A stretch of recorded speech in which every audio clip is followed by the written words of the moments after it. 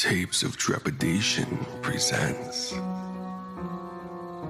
Halloween Week.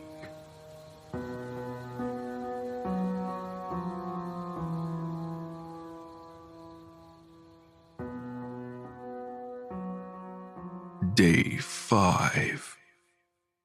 My last Halloween.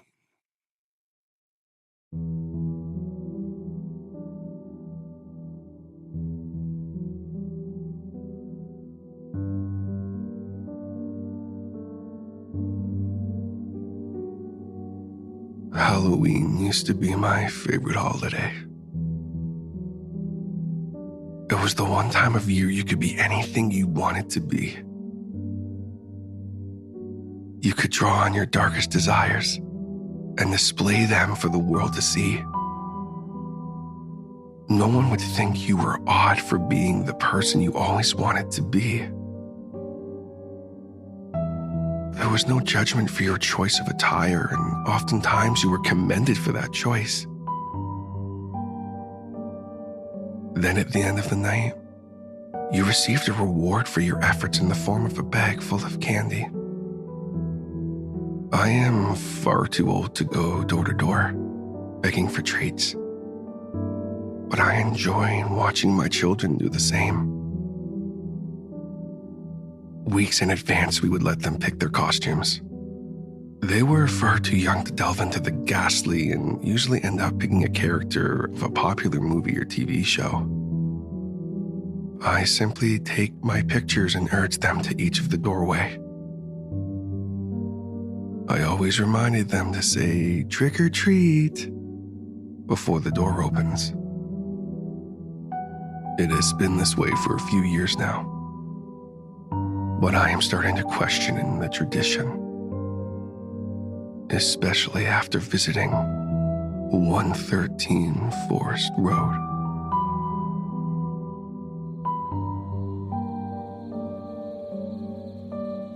This past year, we made the rounds of our local neighborhood.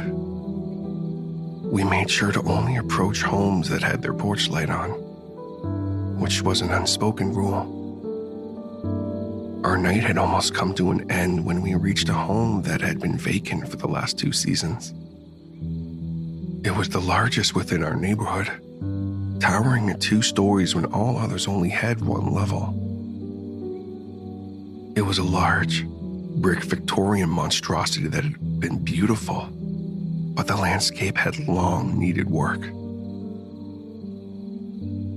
It was the house most kids made stories about, and when we saw the dim glow of the yellow bulb, I was unsure of letting my children approach.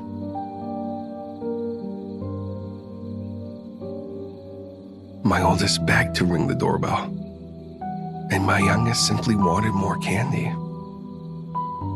I was outnumbered and relented to their pleas. My wife sat within the idling vehicle while I followed close behind. The 2 made their way up the steps and waited at the bottom. Like always, I reminded them what to say. My youngest son held his brother's hand and pressed the lighten button. Ringing, much like church bells, echoed from within the house for a moment, before returning to silence. After a few seconds, they turned to me with questioning looks.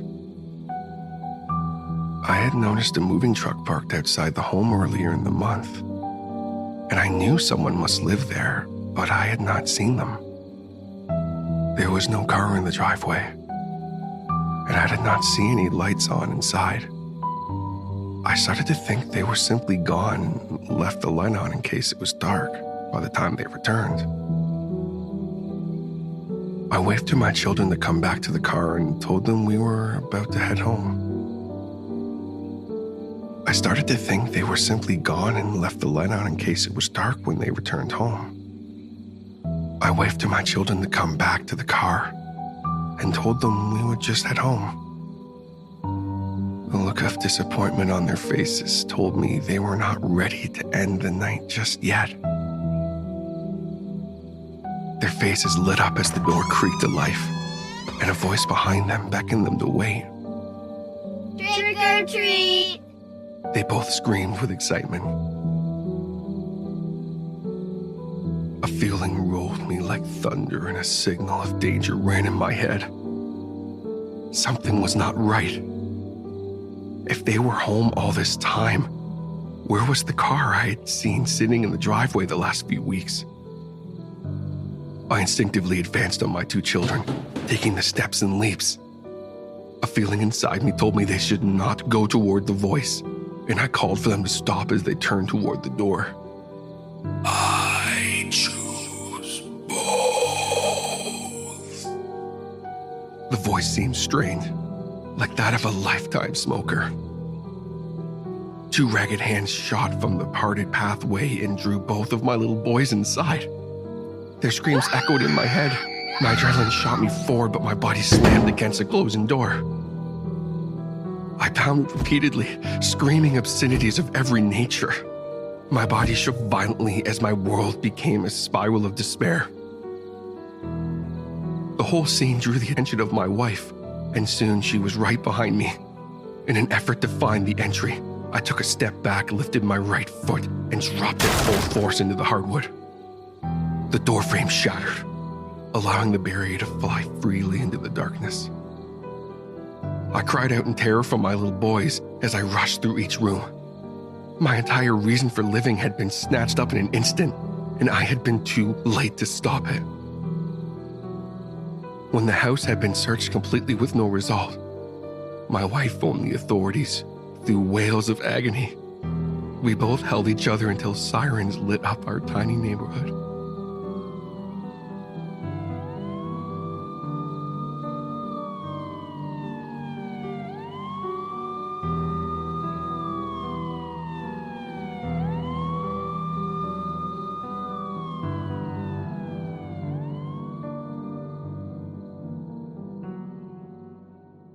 It has been a year now, and we still have no answer what happened to our children. My wife distanced herself from me, and I am sure she blames me for what happened. I don't fault her for that. I blame myself as well. If I had not let them go to that door, or listened to my feelings sooner, they would both still be here. Halloween is no longer a time of fun for us, but a reminder of our mistakes. I don't even leave my house on that night, and even the sign of a pumpkin makes tears stream down my face. The drive home from work is especially hard, witnessing the houses that decorate for the occasion. I am almost in a panic before I close myself within the safety of my home. Please, if you hear this, don't let your kids visit 113 Forest Road on Halloween.